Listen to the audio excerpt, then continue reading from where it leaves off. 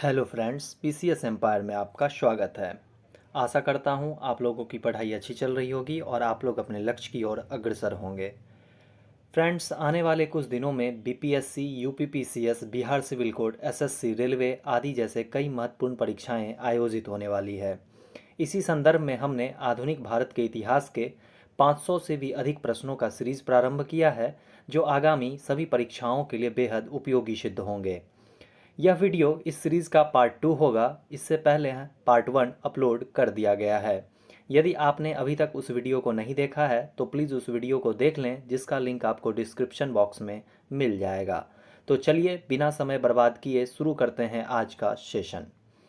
इससे पहले यदि आपने अभी तक चैनल को सब्सक्राइब नहीं किया है तो प्लीज़ सब्सक्राइब कर लें और वीडियो पसंद आए तो लाइक करना ना भूलें। आपके लाइक सब्सक्राइब से हमें मोटिवेशन प्राप्त होता है, जिससे हम और ऊर्जान्वित होकर आपके लिए मेहनत कर पाते हैं। तो चलिए देखते हैं आज का पहला प्रश्न। तो फ्रेंड्स, जैसे कि पिछले पार्ट 1 में हमने एक आपके लिए अभ्यास प्रश्न दिया था, जो प्रश्न था कि लोकनायक के नाम से किसे जाना जाता है। गांधी जी को, सुभाष चंद्र बोस को, बाल गंगाधर तिलक को या फिर जयप्रकाश नारायण को। तो इसका राइट आंसर हो जाएगा जयप्रकाश नारायण को। यदि हम महात्मा गांधी की बात करें तो महात्मा गांधी को बापू के नाम से भी जाना जाता है। इन्हें राष्ट्रपिता के नाम से भी जाना जाता है। ठीक है। सुभाष चंद्र बोस की बात करें तो इन्हें नेताजी के नाम से जाना जाता है और इन्हें नेताजी हिटलर ने कहकर पुकारा था। ठीक है। तो सुभाष चंद्र बोस को नेताजी किसने कहा था? हिटलर ने। फिर जयप्रकाश नारायण की बात करें तो जयप्रकाश नारायण, इन्होंने संपूर्ण क्रांति का आह्वान किया था। ठीक है ना। संपूर्ण क्रांति का आह्वान किसने किया था? जयप्रकाश नारायण ने। ठीक है। कहाँ पर किया था? पटना के गांधी मैदान में। ठीक है ना। पटना का जो गांधी मैदान है वहाँ पर इन्होंने संपूर्ण क्रांति का आह्वान किया था। ठीक है। और एक चीज़ आप लोग याद रखेंगे कि इन्होंने जो संपूर्ण क्रांति का आह्वान किया था वो कब किया था? संपूर्ण क्रांति तो इन्होंने किया था 5 जून 1974 को। ठीक है। तो चलिए शुरू करते हैं आज का हमारा पहला प्रश्न। आज का हमारा पहला प्रश्न है, रंजीत सिंह के राज्य में सम्मिलित था। बताइए, दिल्ली, काबुल, मकराना या फिर श्रीनगर। तो इसका राइट आंसर क्या हो जाएगा? इसका राइट आंसर हो जाएगा श्रीनगर। जब हम रंजीत सिंह की बात करते हैं तो रंजीत सिंह का जन्म 13 नवंबर 1780 को सुकरचकिया मिस्र में हुआ था। ठीक है ना। याद रखना है, सुकरचकिया मिस्र से संबंधित थे ये। ठीक है। और सुकरचकिया मिस्र के मुखिया थे महासिंह, उन्हीं के ये पुत्र थे महाराजा रंजीत सिंह। ठीक है। रंजीत सिंह की जब बात होती है तो एक बहुत ही इंपॉर्टेंट चीज़ याद रखना है आप लोगों को, अमृतसर की संधि। ठीक है। अमृतसर की संधि होती है रंजीत सिंह और अंग्रेज़ों के बीच में। ठीक है। रंजीत सिंह और अंग्रेज़ों के बीच में कब होती है अमृतसर की संधि? तो अमृतसर की संधि होती है 25 अप्रैल 1809 को। ठीक है ना। 25 अप्रैल 1809 को होती है अमृतसर की संधि। और इस संधि का प्रभाव ये होता है कि पश्चिम की दिशा में राजा रंजीत सिंह को प्रसार करने की छूट प्राप्त हो जाती है, परंतु सतलज पार के जो सिख राजाओं के ऊपर प्रभुत्व जमाने का इनका स्वप्न था वो टूट जाता है। ठीक है। इसी कड़ी में याद रखना है आप लोगों को कि 1818 में मुल्तान,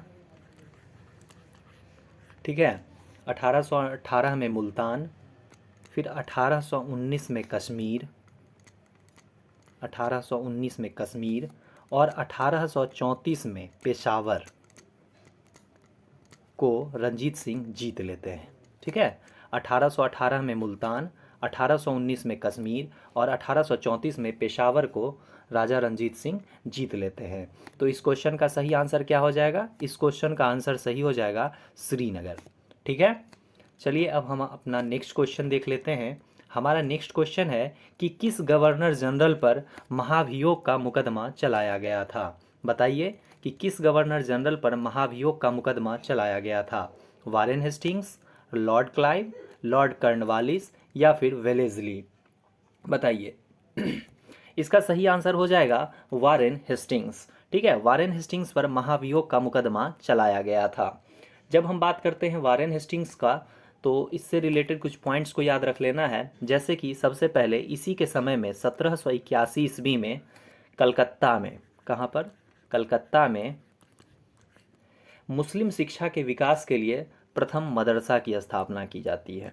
ठीक है ना, याद रखना है आपको, 1781 में कलकत्ता में मुस्लिम शिक्षा के विकास के लिए प्रथम मदरसा की स्थापना की जाती है। इन्हीं के समय 1782 ईस्वी में एक जोनाथन डंकन द्वारा, ठीक है ना, जोनाथन डंकन द्वारा वाराणसी में यानी बनारस में संस्कृत विद्यालय की स्थापना की जाती है। आप लोग याद रखेंगे, संस्कृत विद्यालय। ठीक है, संस्कृत विद्यालय। जो भी पॉइंट्स मैं बताते जा रहा हूँ आप लोग इसे नोट डाउन कर लेंगे। ठीक है, काहे कि क्योंकि ये बहुत ही इंपॉर्टेंट पॉइंट होंगे। तो 1781 में कलकत्ता में मदरसा की स्थापना होती है और 1782 में जोनाथन डंकन द्वारा संस्कृत विद्यालय की स्थापना की जाती है वारेन हेस्टिंग्स के समय में। फिर अगर हम देखें 1780, ठीक है, वारेन हेस्टिंग्स के समय में ही 1780 में भारत का पहला समाचार पत्र, पहला समाचार पत्र, ठीक है ना, कौन सा था, the Bengal gazette. The Bengal gazette का प्रकाशन किया जाता है, किसके द्वारा किया जाता है, जेम्स आगस्टस हिक्की के द्वारा। ठीक है, जेम्स आगस्टस हिक्की के द्वारा, और ये अंग्रेजी में किया जाता है, ये भी आप लोगों को याद रखना है।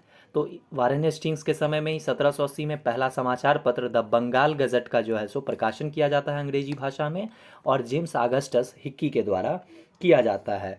और एक चीज़ याद रखना है आप लोगों को, वारेन हेस्टिंग्स के समय में ही 1773 के रेगुलेटिंग एक्ट के तहत, रेगुलेटिंग एक्ट जो था, रेगुलेटिंग एक्ट, इसी के तहत 1774 ईस्वी में, ठीक है ना, कलकत्ता में उच्चतम न्यायालय की स्थापना की जाती है। कहाँ पर की जाती है, कलकत्ता में। ठीक है, कोलकाता में किया जाता है, ये भी आप लोगों को याद रखना है। और ये जो 1774 में उच्चतम न्यायालय की स्थापना की जाती है, इसके जो प्रथम मुख्य न्यायाधीश थे वो थे एलिजा इम्पे। ठीक है, एलिजा इम्पे, ये भी आप लोगों को याद रखना है। ठीक है, एलिजा इम्पे इसके प्रथम मुख्य न्यायाधीश थे। चलिए अब हम देख लेते हैं हमारा नेक्स्ट क्वेश्चन। अब हमारा नेक्स्ट क्वेश्चन है कि निम्नलिखित में से किसने सहायक संधि स्वीकार नहीं की थी। बताइए कि जो ऑप्शन दिए गए हैं इसमें से किसने सहायक संधि स्वीकार नहीं की थी। हैदराबाद के निज़ाम ने, इंदौर के होलकर ने, जोधपुर के राजपूत राज ने, या फिर मैसूर के शासक ने। बताइए इसका आंसर क्या हो जाएगा। तो देखिए इसका जो सही आंसर हो जाएगा वो हो जाएगा इंदौर के होलकर राज ने, यानी कि इंदौर के जो होलकर राज थे उन्होंने सहायक संधि स्वीकार नहीं की थी। ठीक है, अब जब सहायक संधि की बात आती है तो सहायक संधि जो है यह अंग्रेज़ों के समय में, ठीक है ना, सहायक संधि लॉर्ड वेलेस्ली के समय में शुरू किया गया था। और लॉर्ड वेलेस्ली का जो कार्यकाल था वो था 1798 से 1805 तक, ये भी आप लोग याद रखेंगे। ठीक है, और भारतीय राज्यों को अंग्रेजी राजनीतिक परिधि में लाने के लिए ही सहायक संधि का प्रणाली का प्रयोग किया गया था। ठीक है ना, जितने भी भारतीय राज्य थे उनको अंग्रेजी राजनीतिक परिधि में लाना था उद्देश्य सहायक संधि का। ठीक है, और इसी कड़ी में आप लोगों को याद रखना है हैदराबाद, हैदराबाद ने 1798 में सहायक संधि स्वीकार की थी। मैसूर ने 1799 में। ठीक है, तंजौर ने 1799 में। ठीक है, और इसी में आप लोगों को याद रखना है अवध, अवध ने 1801 में। ठीक है, पेशवा, पेशवा लोग जो थे उन्होंने कब किया था तो 1802 में। ठीक है, इतना आप लोग पहले इंपॉर्टेंट नोट कर लेंगे। फिर पेशवा के बाद हम देख लेते हैं बरार के जो भोसले थे उन्होंने कब किया था, तो बरार के जो भोसले थे इन्होंने 1803 में। सिंधिया ने 1804 में, सिंधिया 1804 में। ठीक है, और इसके अलावा जोधपुर, याद रखना है आप लोगों को, जोधपुर, जयपुर। ठीक है, उसके बाद हो जाएगा आपका मच्छेरी, और बूंदी, इन्होंने भी सहायक संधि स्वीकार की थी। एक और आप लोगों को याद रखना है भरतपुर, ठीक है, भरतपुर को भी आप लोग नोट कर लेंगे। तो इन सभी ने, यानी हैदराबाद ने 1798 में, मैसूर 1799 में, तंजौर 1799 में, अवध 1801 में, पेशवा 1802 में और बरार के भोसले 1803 में, सिंधिया 1804 में और इसके अलावा जोधपुर, जयपुर, मच्छेड़ी, बूंदी और भरतपुर ने भी सहायक संधि स्वीकार की थी। ठीक है, अब हम देख लेते हैं हमारा नेक्स्ट क्वेश्चन। अब हमारा नेक्स्ट क्वेश्चन है कि लॉर्ड कर्नवालिस की कब्र कहाँ पर स्थित है? बताइए, लॉर्ड कर्नवालिस की कब्र कहाँ स्थित है? बलिया में, गाजीपुर में, वाराणसी में या फिर गोरखपुर में? बताइए। देखिए, जब सबसे पहले हम कर्नवालिस के कार्यकाल की बात करें तो इनका कार्यकाल हम लोग दो भागों में बांट कर देखते हैं। पहला था 1786 से 1793, ठीक है, और फिर था इनका 1805 में, ठीक है, 1786 से 1793।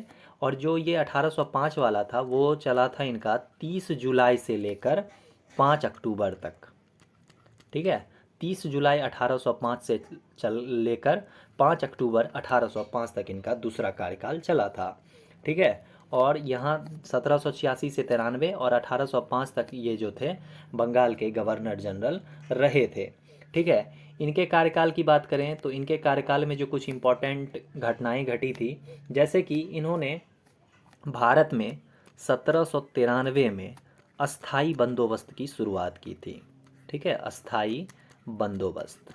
और अस्थाई बंदोबस्त को इस्तमरारी व्यवस्था भी कहा जाता है, इस्तमरारी, ठीक है ना, इस्तमरारी व्यवस्था भी कहा जाता है, ठीक है।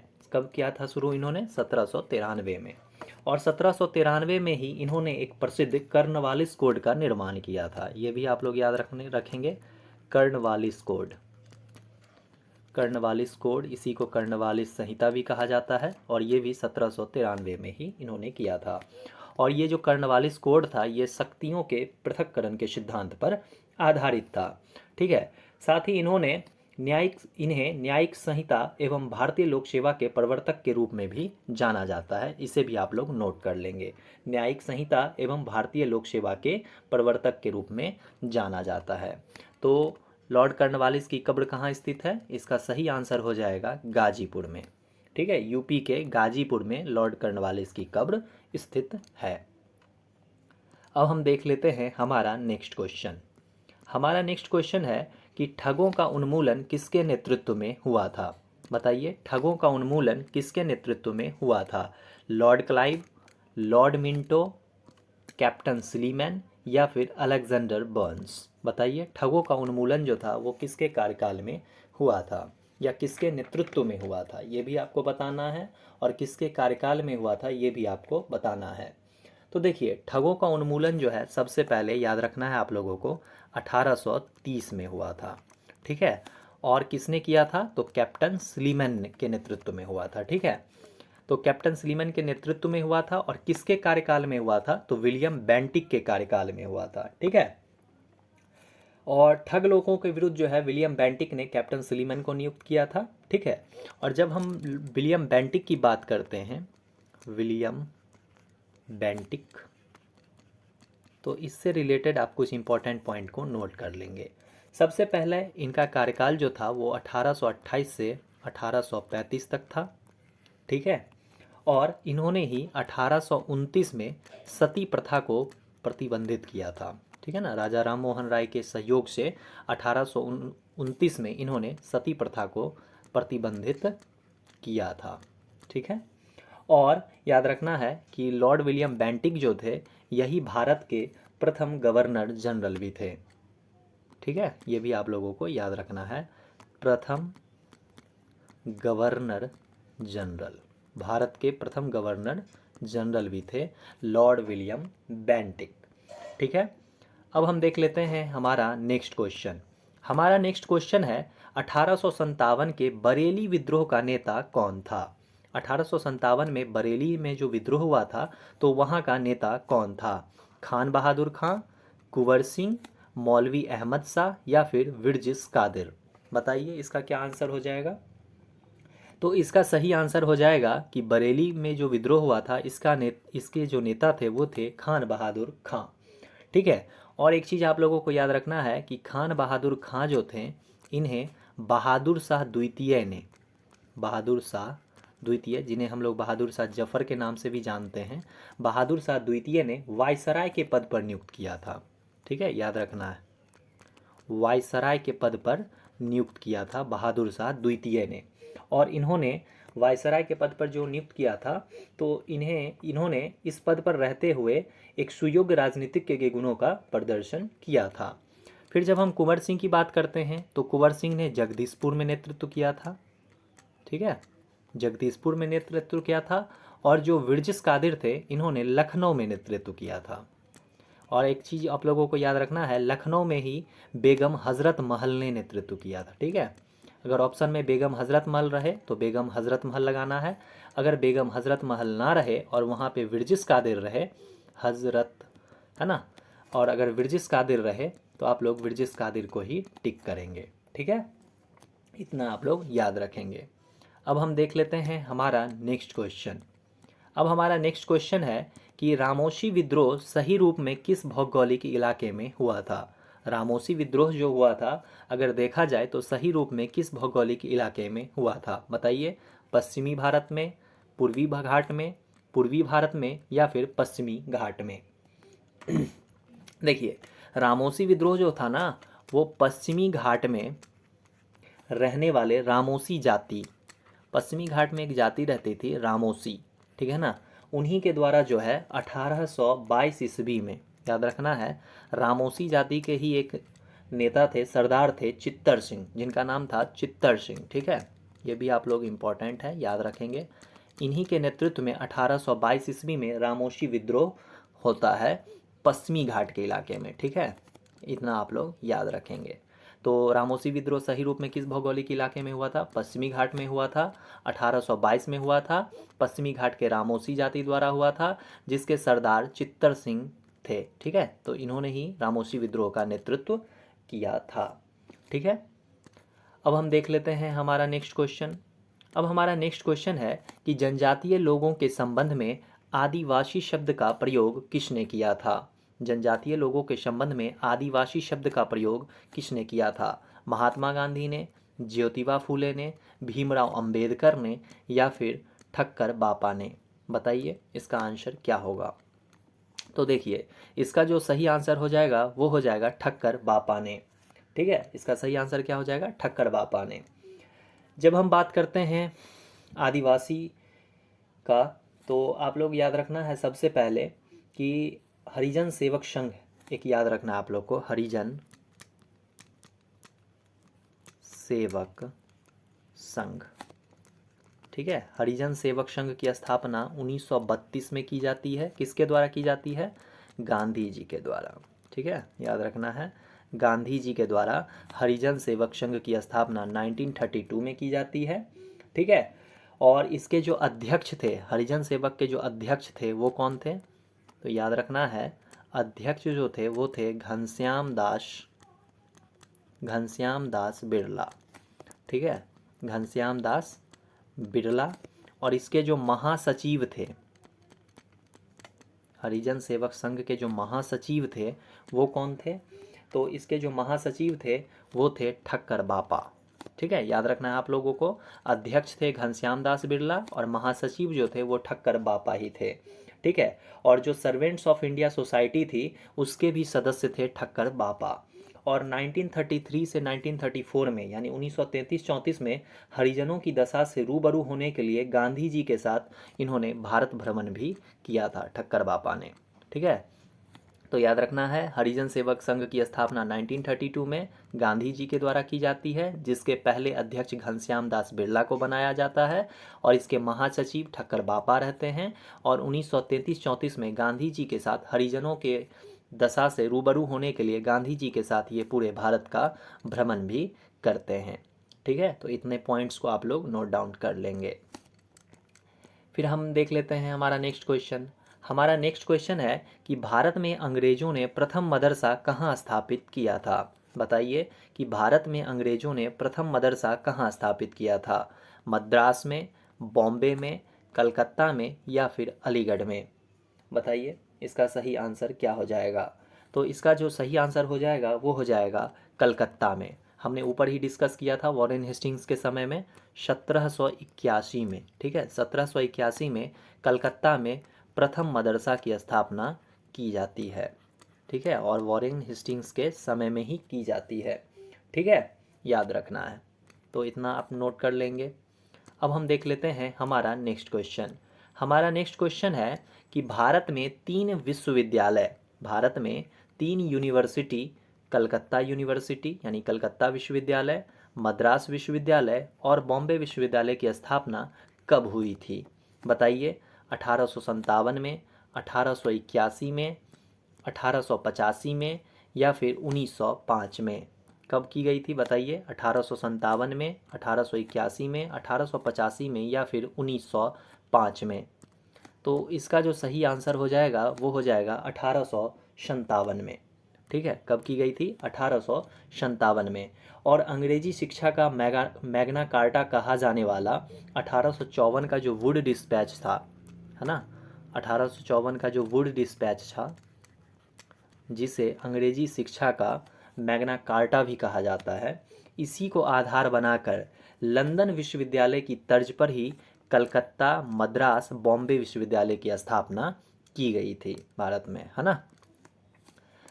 अब हम देख लेते हैं हमारा नेक्स्ट क्वेश्चन। अब हमारा नेक्स्ट प्रश्न है कि निम्नलिखित में से किसने कौमी आवाज़ पत्र का आरंभ किया था? बताइए, एक कौमी आवाज़ पत्र जो था इसका आरंभ किसने किया था? अबुल कलाम आज़ाद ने, जवाहरलाल नेहरू ने, शौकत अली ने या फिर मोहम्मद अली ने? बताइए इसका क्या हो जाएगा आंसर। तो देखिए, सबसे पहले कौमी आवाज़ जो था ये एक उर्दू अखबार था, ठीक है, याद रखना है आप लोगों को, यह एक उर्दू समाचार पत्र था या उर्दू अखबार था, ठीक है। और इसका जो प्रकाशन है वो 1945 में आरंभ किया गया था, ठीक है, 1945 में शुरू हुआ था। और किसने शुरू किया था? तो दो व्यक्ति थे, एक थे जवाहरलाल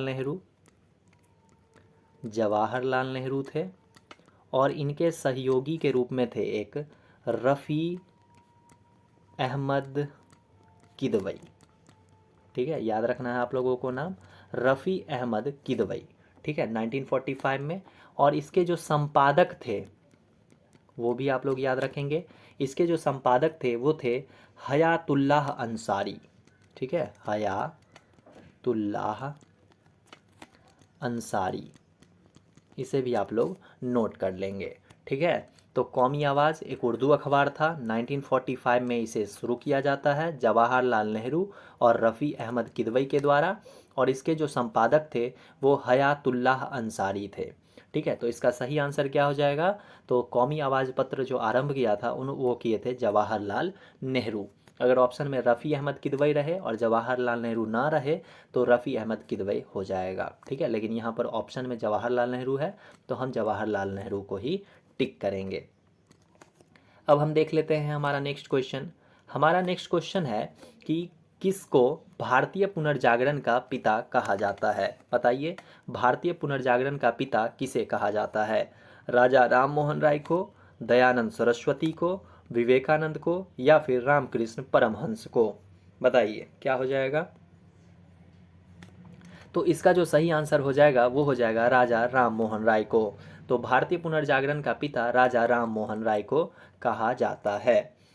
अब इन्हें भारतीय पुनर्जागरण का पिता तो कहा ही जाता है, साथ ही इन्हें भारतीय राष्ट्रवाद का पैगंबर भी कहा जाता है, ठीक है, भारतीय राष्ट्रवाद का पैगंबर, नोट करते जाएंगे आप लोग, ठीक है, भारतीय राष्ट्रवाद का पैगंबर कहा जाता है। साथ ही इन्हें अतीत व भविष्य के मध्य सेतु भी कहा जाता है, अतीत व भविष्य के मध्य सेतु, ठीक है। तो भारतीय पुनर्जागरण का पिता कहा जाता है, भारतीय राष्ट्रवाद का पैगंबर कहा जाता है, अतीत व भविष्य के मध्य सेतु कहा जाता है, और इन्हें एक और इम्पोर्टेंट आप लोग याद रखेंगे, इन्हें भारतीय राष्ट्रवाद का जनक भी कहा जाता है, भारतीय राष्ट्रवाद का जनक, ठीक है, भारतीय राष्ट्रवाद का जनक कहा जाता है। साथ ही इन्हें आधुनिक भारत का पिता भी कहा जाता है, आधुनिक भारत का पिता। ठीक है, और इन्हें युगदूत भी कहा जाता है, और इन्हें युगदूत भी कहा जाता है, और इन्हें प्रथम आधुनिक पुरुष भी कहा जाता है। ठीक है, आप लोग इसे नोट कर लेंगे, प्रथम आधुनिक पुरुष भी कहा जाता है। ठीक है, आप लोग राइटिंग पे ध्यान नहीं देंगे, मैं बोल रहा हूँ, आप लोग नोट करते जाएंगे। तो याद रखना है, राजा राम मोहन राय को क्या क्या कहा जाता है, तो इन्हें भारतीय राष्ट्रवाद का पैगंबर कहा जाता है, अतीत व भविष्य के मध्य सेतु कहा जाता है, भारतीय राष्ट्रवाद का जनक कहा जाता है, आधुनिक भारत का पिता कहा जाता है, इन्हें युगदूत भी कहा जाता है, और इन्हें प्रथम आधुनिक पुरुष भी कहा जाता है। ठीक है, आप लोग इतना नोट कर लेंगे।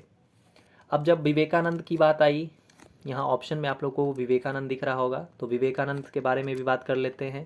इनका जो मूल नाम था वो था नरेंद्रनाथ। ठीक है, याद रखना है, इनका जो मूल नाम था वो क्या था, नरेंद्रनाथ था। और याद रखना है आप लोगों को 1893 ईस्वी, ठीक है ना, 1893 ईस्वी में अमेरिका के शिकागो में आयोजित होता है पहला विश्व धर्म सम्मेलन। ठीक है, कहाँ पर, शिकागो में पहला जो विश्व धर्म सम्मेलन हुआ था, वहाँ पे ये पार्टिसिपेट किए थे। कौन, नरेंद्रनाथ यानी कि विवेकानंद। तो जब ये सम्मेलन में पार्टिसिपेट करने जा रहे थे, तभी इन्हें महाराज खेतरी ने सुझाव दिया कि आप अपना नाम बदल लें। ठीक है, और उन्हीं के सुझाव पे इन्होंने अपना नाम नरेंद्रनाथ से बदलकर विवेकानंद कर लिया था। ठीक है, तो आप लोग याद रखना है कि स्वामी विवेकानंद जो थे, इनका मूल नाम नरेंद्रनाथ था, और जब ये 1893 में पहले विश्व धर्म सम्मेलन में पार्टिसिपेट करने जा रहे थे, तभी इन्हें महाराजा खेतरी ने कहा था कि आप अपना नाम बदल लें, तभी इन्होंने नरेंद्रनाथ से बदलकर अपना नाम स्वामी विवेकानंद कर लिया था। ठीक है, अब हम देख लेते हैं हमारा नेक्स्ट क्वेश्चन। हमारा नेक्स्ट क्वेश्चन है कि ब्रिटिश साम्राज्य पूरी तरह से भ्रष्ट, अत्याचारी व हीन है, यह कथन किनके द्वारा कहा गया था। ब्रिटिश साम्राज्य पूरी तरह से भ्रष्ट है, अत्याचारी है और हीन है, यह कथन किनके द्वारा कहा गया था, बताइए। Savitribai Phule, sister Nivedita, Annie Besant, या फिर बाल गंगाधर तिलक के द्वारा। बताइए इसका सही आंसर क्या हो जाएगा। तो देखिए, इसका जो सही आंसर हो जाएगा वो हो जाएगा सिस्टर निवेदिता। जब हम सिस्टर निवेदिता की बात करें, तो सबसे पहले याद रखना है कि ये स्वामी विवेकानंद की शिष्या थी। ठीक है, स्वामी विवेकानंद की शिष्या थी, विवेकानंद की शिष्या थी। ठीक है ना, और याद रखना है, इनका जो मूल नाम था, सिस्टर निवेदिता का जो मूल नाम था वो था मार्गरेट नोबेल, मार्गरेट नोबेल। लेकिन इंडिया में यानी भारत में इन्हें सिस्टर निवेदिता के नाम से जाना जाता है। ठीक है, और ये आयरलैंड की थी। ठीक है, कहाँ की थी, आयरिश महिला थी ये। ठीक है ना, ये भी आप लोग इम्पोर्टेंट है, याद रखेंगे। और इन्होंने ही यानी सिस्टर निवेदिता ने ही स्वामी विवेकानंद को योद्धा सन्यासी कहा था। ठीक है, इन्होंने विवेकानंद को योद्धा सन्यासी कहकर पुकारा था। ठीक है, और एनी बेसेंट के बारे में आप लोग को याद रखना है, 1970 यानी 1917 का जो कलकत्ता अधिवेशन था, उसमें ये अध्यक्ष बनते हैं, और कांग्रेस की प्रथम महिला अध्यक्ष भी एनी बेसेंट ही थी। ये भी आप लोगों को याद रखना है, 1917 के कलकत्ता अधिवेशन में इन्होंने अध्यक्षता करी थी। ठीक है, अब हम देख लेते हैं हमारा नेक्स्ट क्वेश्चन। हमारा नेक्स्ट क्वेश्चन है कि स्वराज मेरा जन्मसिद्ध अधिकार है और मैं इसे लेकर ही रहूँगा, किसने कहा था। स्वराज मेरा जन्मसिद्ध अधिकार है और मैं इसे लेकर ही रहूँगा, यह किसने कहा था। बाल गंगाधर तिलक ने, अरविंद घोष ने, विपिन चंद्र पॉल ने, या फिर विवेकानंद ने। ये बहुत ही पॉपुलर प्रश्न है, और आप लोग, उम्मीद करता हूँ कि आप लोग इसका आंसर जानते होंगे।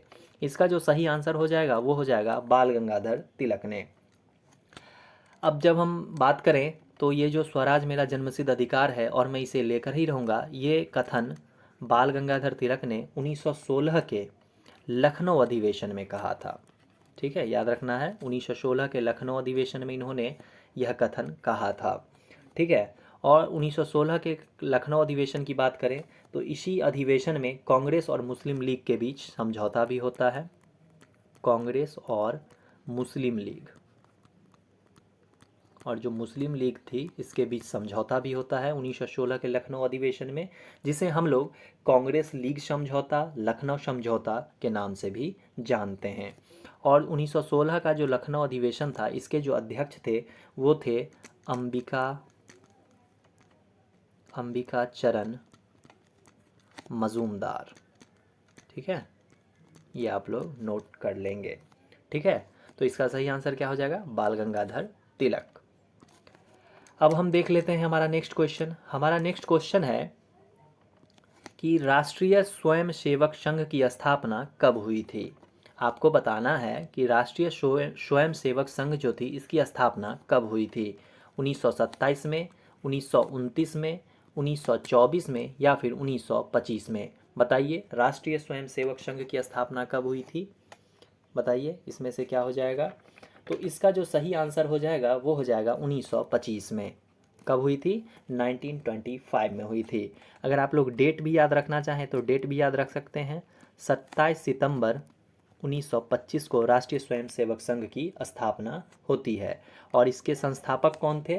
तो राष्ट्रीय स्वयंसेवक संघ के जो संस्थापक थे वो थे केशव बलिराम हेडगेवार। ठीक है, और इसका जो हेडक्वार्टर था राष्ट्रीय स्वयंसेवक संघ का वो कहाँ पर है? वो है नागपुर में। और नागपुर कहाँ पड़ता है? नागपुर पड़ता है महाराष्ट्र के अंदर। ठीक है, इतना आप लोग नोट कर लेंगे। तो राष्ट्रीय स्वयंसेवक संघ की स्थापना कब हुई थी? 1925 में हुई थी, और केशव बलिराम हेडगेवार ने इसकी स्थापना करी थी। और इसका जो हेडक्वार्टर यानी मुख्यालय है वो है नागपुर महाराष्ट्र में। ठीक है, अब हम देख लेते हैं हमारा नेक्स्ट क्वेश्चन।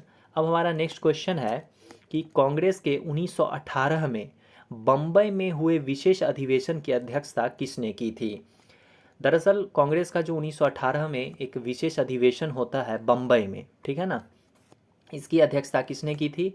हसन इमाम ने, मोतीलाल नेहरू ने, राजेंद्र प्रसाद ने या फिर लाला लाजपत राय ने। बताइए, इसका सही आंसर क्या हो जाएगा?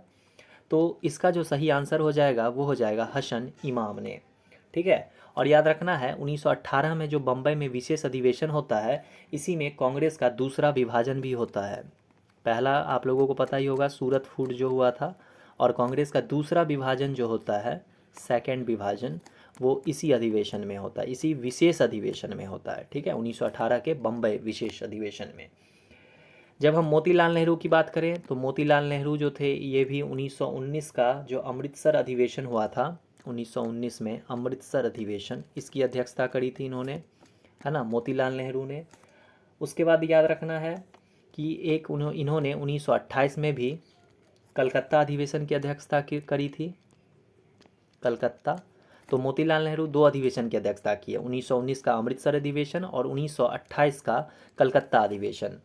राजेंद्र प्रसाद की बात करें तो राजेंद्र प्रसाद ने 1934 के बम्बई अधिवेशन की अध्यक्षता करी थी।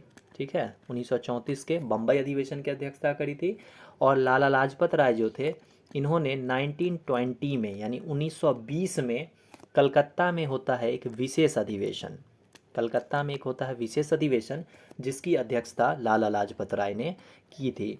और इसी कलकत्ता में जो विशेष अधिवेशन 1920 में हुआ था, इसी में असहयोग का प्रस्ताव पारित हुआ था। ठीक है, असहयोग का जो प्रस्ताव था वो इसी विशेष अधिवेशन में पारित किया गया था। दरअसल असहयोग के प्रस्ताव को पारित करने के लिए ही 1920 में कलकत्ता में एक विशेष अधिवेशन बुलाया गया था, जिसकी अध्यक्षता लाला लाजपत राय ने की थी।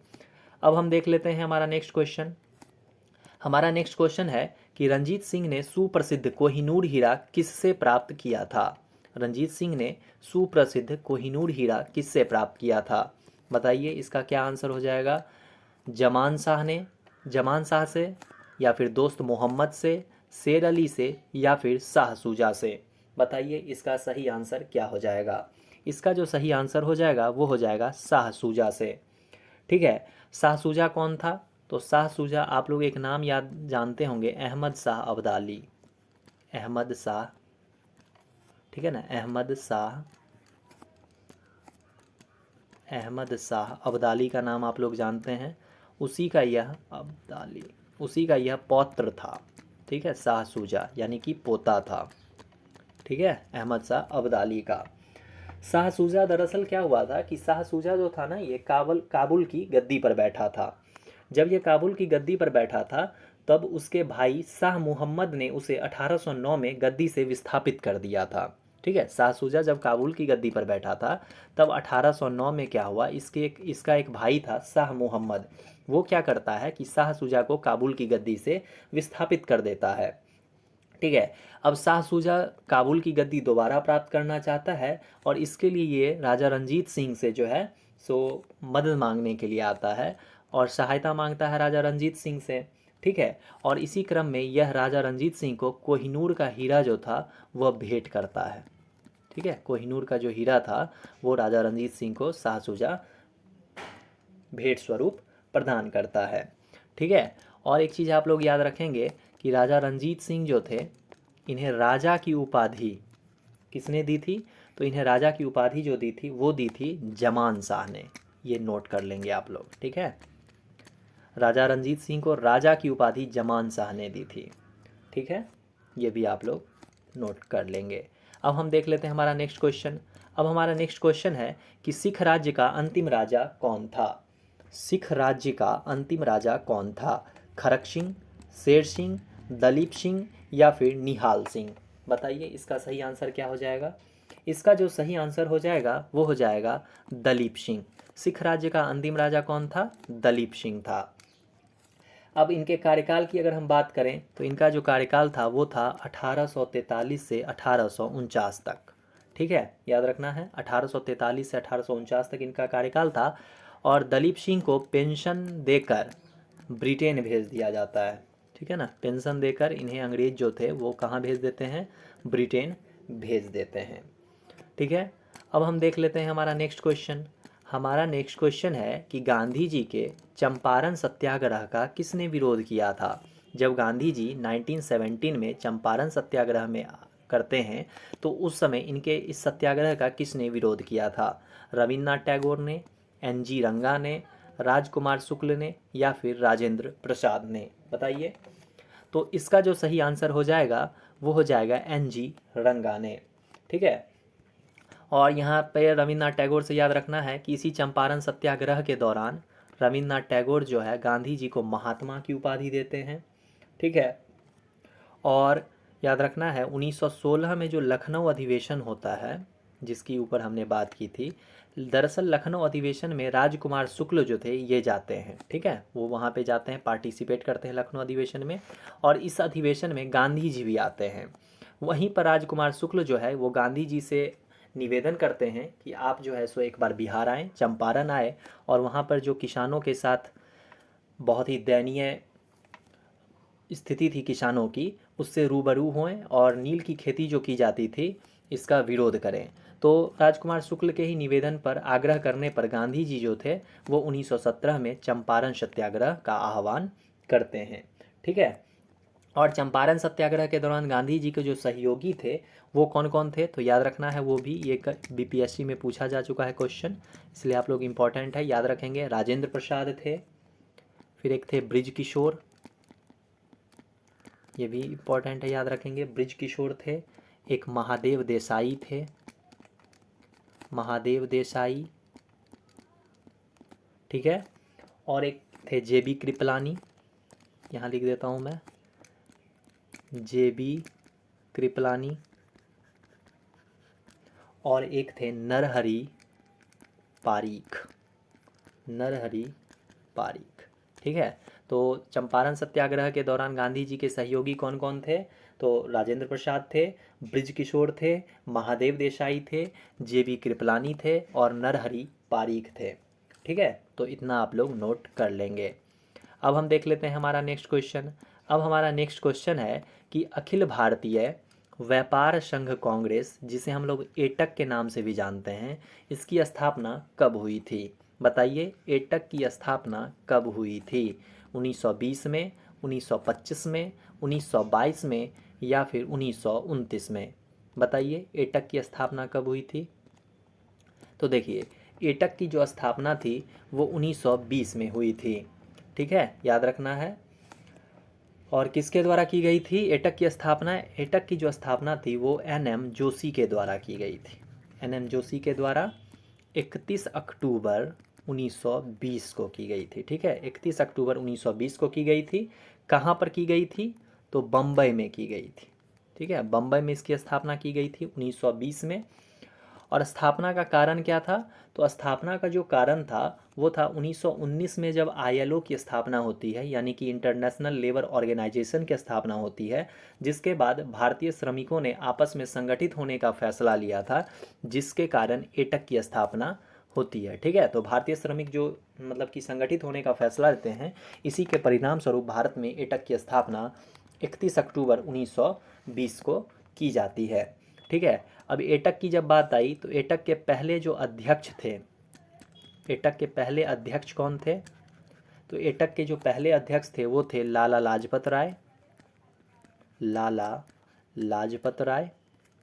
ठीक है, और इसके जो उपाध्यक्ष थे, उपाध्यक्ष कौन थे? वो थे जोसेफ बैप्टिस्टा। ठीक है, तो अध्यक्ष लाला लाजपत राय थे और उपाध्यक्ष जोसेफ बैप्टिस्टा थे। और इसके जो महामंत्री थे एटक के, वो कौन थे? तो इसके जो महामंत्री थे वे थे दीवान चमनलाल बजाज। दीवान चमनलाल बजाज। ठीक है, और एटक में भी विभाजन होता है। तो एटक का जो प्रथम विभाजन होता है वो कब होता है? तो एटक का प्रथम विभाजन होता है 1929 में। ठीक है, और उस समय जिस समय इसका विभाजन होता है उस समय इसके जो अध्यक्ष थे वो थे नेहरू जी। ठीक है ना, 1929 में इसका अधिवेशन होता है नागपुर में। ये भी आप लोग इम्पोर्टेंट है, नोट कर लेंगे। तो क्या होता है, एटक का जो 1929 में अधिवेशन होता है नागपुर में, उसकी अध्यक्षता कर रहे थे नेहरू जी। और इसी समय एटक में पहला विभाजन भी होता है। ठीक है, तो इतना आप लोग नोट डाउन कर लेंगे। अब देख लेते हैं आज का हमारा अभ्यास प्रश्न, जिसका उत्तर आप लोगों को कमेंट बॉक्स में देना है। आज का हमारा अभ्यास प्रश्न है कि जलियांवाला बाग कत्लेआम किस शहर में हुआ था? आप लोगों को बताना है जलियांवाला बाग कत्लेआम किस शहर में हुआ था। ऑप्शन है मेरठ में, आगरा में, पानीपत में या फिर अमृतसर में। इसका उत्तर मैं अगले वीडियो में दूंगा। और अगर आप लोगों को यह उत्तर पता है तो आप लोग इसका उत्तर कमेंट बॉक्स में देने का कष्ट करेंगे। ठीक है, तो आशा करता हूँ यह वीडियो आप लोगों को पसंद आया होगा। और अगर वीडियो पसंद आया हो तो लाइक करना ना भूलें। चैनल को सब्सक्राइब नहीं किया है तो प्लीज़ चैनल को सब्सक्राइब कर लें। तो मिलते हैं अगले वीडियो में। धन्यवाद।